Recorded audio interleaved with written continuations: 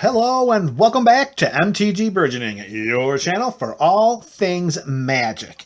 In today's video, we are going to add the next 20 creature cards with mana values of 5 into our Momir Vig Cube.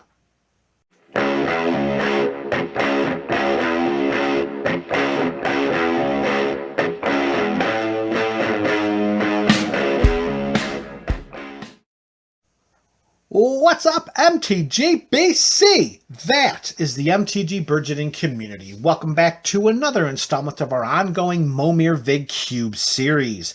If you are unfamiliar with the goals or purposes of this series, you can search in the description below for a link to MTG Burgeoning's introduction to the Momir Vig Cube. And while you're down there searching for that link, you can click the link to Cube Cobra where you can view the entire contents of the cube as it stands right now. So for today, 20 cards with mana values of 5. And the first one is Magma, 4/4 elemental. We can pay 1 mana and sacrifice a non-land permanent, which will be a creature, and Magma will deal 1 damage to any target. So in a format that is driven by creatures, any way that we can have any kind of creature removal should be highly coveted. Plus, we can also use that as a potential finisher for one of our opponents if their starting life total of 24 starts to dip perilously close to 0. Creature number 2, a colorless edition, we have Manor Gargoyle, a 4/4 defender. It's indestructible if it has defender, but we can pay 1 mana and have it lose defender and gain flying until end of turn. So a very, very battlefield-dependent creature, but it could be very, very beneficial just for the purposes of getting that evasive 4/4 flying into the air and striking down our opponent's life total. Creature number 3, another mono red edition. This one is a Manticore Eternal, a 5/4 zombie Manticore with Afflict 3. Now, Afflict was a mechanic back during Amonkhet and the Hour of Devastation block, and whenever this creature becomes blocked, defending player will lose 3 life. So our opponent has to think of either losing 5 life based upon the power of this creature, or blocking, probably losing the creature that they're blocking with because a 5/4 is not anything to turn your nose up at, and then losing 3 life because of the Afflict 3 mechanic. And your Manticore Eternal must attack each combat if able. So one way or another, it's going to impact the battlefield. Creature number 4, mono black. It has Markov Dread Knight, a 3/3 vampire knight with the wonderful evasiveness of flying. We can pay 2 and a black to discard a card to put 2 +1/+1 counters on Markov Dread Knight, and that should cause some potential lamenting at the Momir Vig table. The cards in hand are necessary. We must discard a card each time we summon a token copy of a creature from the Momir Vig Cube. We also must play a land in order to use the mana to summon a creature with CMC or whatever we paid into our Momir Vig SIMIC Visionary Avatar so that we can get those creatures into play in addition to discarding a card. However, with a 3/3 flyer, paying 2 and a black mana and discarding a card to get 2 +1/+1 counters, that may be worth skipping the summoning of a creature on your turn to get this creature bigger and bigger, particularly if no other opponents have any creatures that fly or with reach. And just make sure you have those black mana sources in your basic land library, MTG BC. Back-to-back mono black creatures with creature number 5, it is Massacre Girl, as absolute close to a board wipe as we're going to see in this cube. 4/4 menace. When it comes down, each other creature, of course, because it's not going to affect Massacre Girl, each other creature is going to get -1/-1 until end of turn. When a creature dies this turn, each other creature other than Massacre Girl will get -1/-1 until end of turn. As this is just a 5-drop, it seems very reasonable that there will be numerous creatures on the battlefield with toughnesses of 1. So Massacre Girl, for the lucky player that summons a token copy of it to their side of the battlefield, should be staring at a battlefield that only has Massacre Girl left on it once she ETBs. Creature number 6, Master of Cruelties, a 1/4 demon with First Strike and Death Touch. The First Strike Death Touch combination is very, very criminally underutilized in our game. When a creature has First Strike, that creature is going to deal their combat damage before any of the blocking creatures do. And Death Touch means that if a creature is dealt Death Touch damage during First Strike, that creature will die immediately before it has the opportunity to deal regular combat damage. So the First Strike Death Touch combination is just complete aces in my book, and it is a combination that really needs to be played more and more in our game.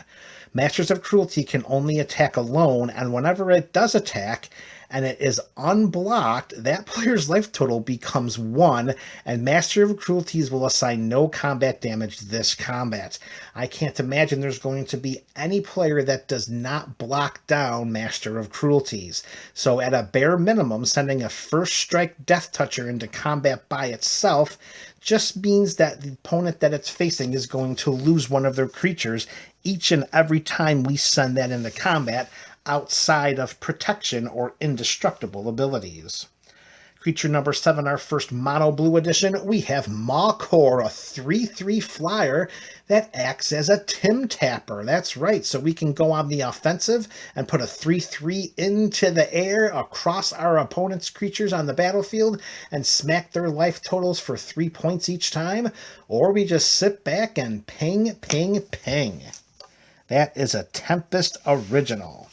Next up, and our second multicolored creature of this video, we have Maw of the Obsidian. 3/3 Thrall, we can sacrifice a creature, and creatures we control get +1/+1 until end of turn. Clearly, much more valuable in token and or aristocrat builds. The question will be asked, will there be enough creatures on your side of the battlefield if you summon a token copy of this to your side of the battlefield? Will there be enough creatures to utilize Maw of the Obsidian's ability to the best of its ability, particularly when it comes to any potential combat shenanigans? All right, creature number 9, we have our first mono green edition, and it is Meandering Tower Shell, a 5/9 turtle with island walk, which means if any of our opponents has an island, eventually this turtle is going to walk all over it. And of course I say eventually because, well, there is some meandering that we must talk about. Whenever Meandering Tower Shell attacks, we have to exile it. And then we return it to the battlefield under our control, tapped and attacking at the beginning of the Declare Attacker step on our next turn. The only problem with that, folks, is once a token leaves the battlefield, it ceases to exist. So your 5/9 Island Walker will never be able to attack successfully because once it's exiled, it's gone for good. So what you're really getting is a monstrous walking blocker, and that is all. All right, creature number 10, as we hit the halfway point, we have Melis Spirit, a 3/3 angel that is going to have flying and protection from black. This is going back to the time of Mirage, a 3/3 flying with protection from black. So we have the evasion, we have the protection, and the 3/3 isn't terrible for the investment of 5 mana and 2 keyword abilities. Beginning the second half, we have Miloku the Clouded Mirror, 2/4 flying. We can pay 1 to return a land we control to its owner's hand to create a 1/1 blue illusion creature token with flying. Just imagine the synergy of having Miloku on the battlefield, bringing lands back to our hand, which we could just play that same turn if we still have a land drop, or discard to the cube if we have enough mana available to summon any additional creatures from the Momir Vig Cube that turn, and all we get in return are evasive 1/1 creature tokens. Again, in a format that's dominated by creatures, any creature that can make additional creatures, highly, highly valuable. Speaking of which, Mitotic Slime. Here we have a 4/4 ooze that when it dies, it creates 2 2/2 green ooze creatures that when each of those dies, they have create 2 1/1 green ooze creature tokens and put them onto the battlefield. So eventually what you're really getting for the initial investment of 5 mana into your Momir Vig SIMIC Visionary Avatar is you're getting a creature that when it dies, it's going to make 2 other creatures, that when those die, it's going to make 2 other creatures again. It's a total of 7 creatures over the lifespan of those creatures on the battlefield for the investment of 5 mana, and that is going to be very useful in a format like Momir Vig. Next up, we have Morit of the Frost. This is a changeling, so this creature is every creature type at all times, so any lords will be triggered, and triggered they will be. We may have Morit of the Frost enter the battlefield as a copy of a permanent we control, except it's legendary and snow in addition to its other types, and if it's a creature, it gets 2+1/+1 counters, and it has changeling. Now, I can't imagine that anyone's going to need to have this creature come into play as a copy of one of their lands. Hopefully that doesn't happen. So what you're really looking at is a clone that's going to come into play as a changeling, come into play as a copy of another creature, and get 2+1/+1 counters. All right, next creature up as we near the 3/4 mark of this video. It is another colorless creature. It is the Multiform Wonder. It's a 3/3 construct. When it ETBs, we get 3 energy token, 3 energy counters, my mistake. We get 3 energy counters, and energy is one of the themes woven into this Momir Vig Cube. We can pay 1 energy to give Multiform Wonder flying, vigilance, or lifelink until end of turn. So a good variety of keyword abilities we can pick. We can also pay an energy to give it +2/-2 or -2/+2. So if you're fortunate enough to stumble across a couple of the other energy producing creatures, Multiform Wonder could be strong enough to win you the game. Creature number 15, back to mono green, we have Mycoloth, a 4/4 fungus with Devour 2. So when Mycoloth ETBs, we may sacrifice any number of creatures. This creature will enter the battlefield with twice that many +1/+1 counters. And as an additional bonus, at the beginning of our upkeep, we will create a 1/1 green sapling creature token for each +1/+1 counter on Mycoloth. So let's just play this out as if each creature was summoned on curve. Mycoloth comes down on turn 5. You devour all 4 of your other creatures. It gets 8 +1/+1 counters. It's a 12/12.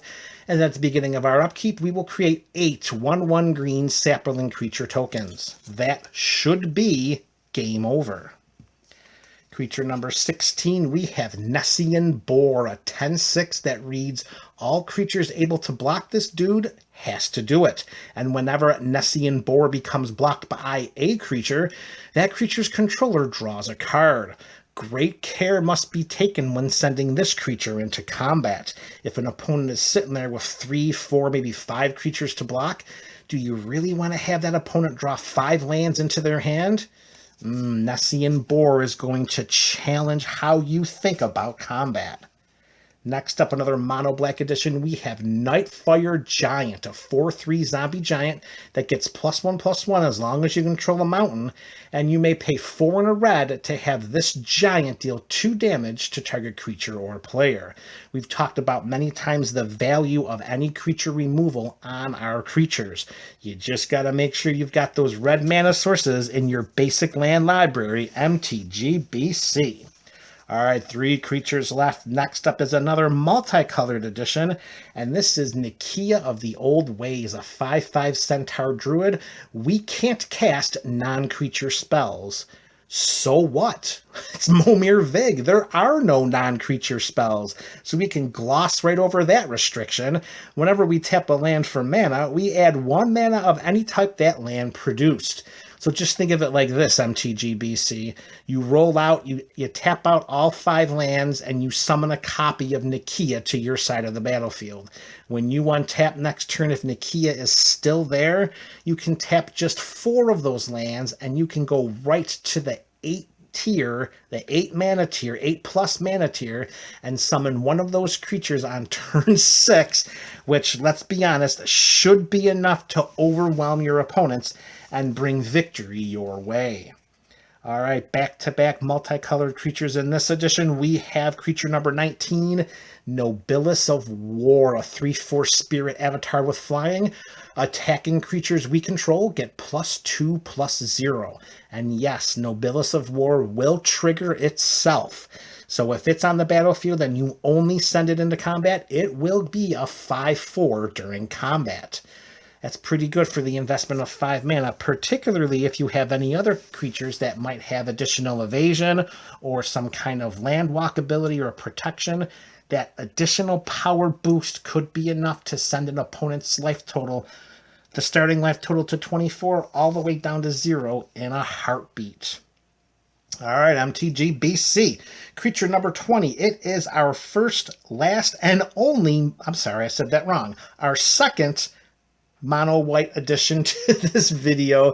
It is the Ornitharch. It is a 3/3 Archon with flying. It has Tribute 2, which means as this creature ETBs, an opponent of our choice may decide to put 2 +1/+1 counters on it. If our opponent decides to not make this creature a 5/5, then when it ETBs, we will create 2 1/1 white bird creature tokens with flying. So for us, we want our opponents to not pay tribute. And if our opponent is savvy enough to understand that Momir Vig is going to be won by numbers with evasion, then they will pay that tribute and deny us our 2 1/1 white bird creature tokens with flying. We shall see. We shall see. All right, MTG BC. 20 more creature cards into the Momir Vig Cube, this time with CMCs of 5. Which are your favorites? Let me know in the comments section below. This is MTG Burgeoning, your channel for all things magic.